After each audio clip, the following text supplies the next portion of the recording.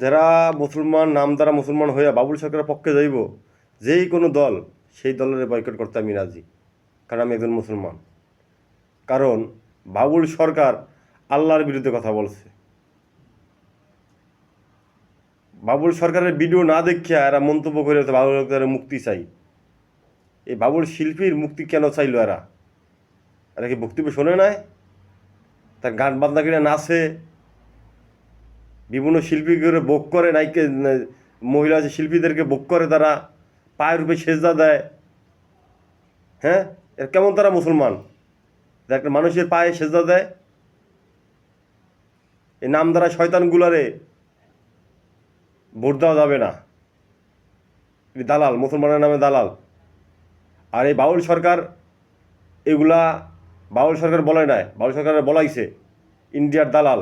বাবুল সরকার টাকা খাই এডি করছে, কারণ সামনে নির্বাচনটারে সরানোর জন্য এগুলা করাইছে বাবুল সরকারের দিয়া।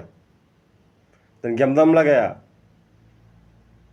মুসলমানের হরানি করানোর জন্য, দেশে একটা গ্যামদাম সৃষ্টি করার জন্য এটি ইন্ডিয়ার রয়ের চাল। ইন্ডিয়ার রয় আমাদের বাংলাদেশে আছে, অনেক নেতারা ইন্ডিয়ার রয়ের কাজ করে। বাংলাদেশে বিভিন্ন দলের বড় বড় নেতারা আছে, তারা ইন্ডিয়ার রয়, ইন্ডিয়ার পক্ষে কথা বলে। তারা এমনি বিভিন্ন দলে জড়িত, কিন্তু বুঝা তারা এটা মুখোশ ধরা শয়তান। এটা তারপরে ইন্ডিয়ার রয়।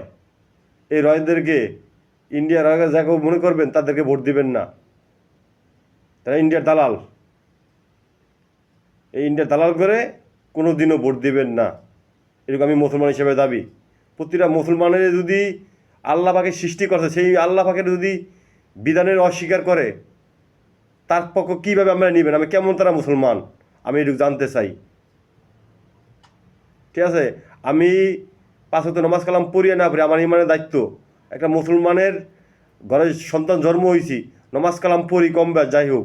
কিন্তু মেন কথা হয়েছে কি, এই দালাল করে, এই বাবুল শিল্পী করে যারা আল্লাহর বিরুদ্ধে কথা বলবো, তাদের পক্ষে কোনো মুসলমান থাকতে পারে না। তারা দেখবেন বাম দল, ডাম দল, ইন্ডিয়ার দালাল, তারাই দেখবেন এই বাবুল সরকারের পক্ষে গেছে।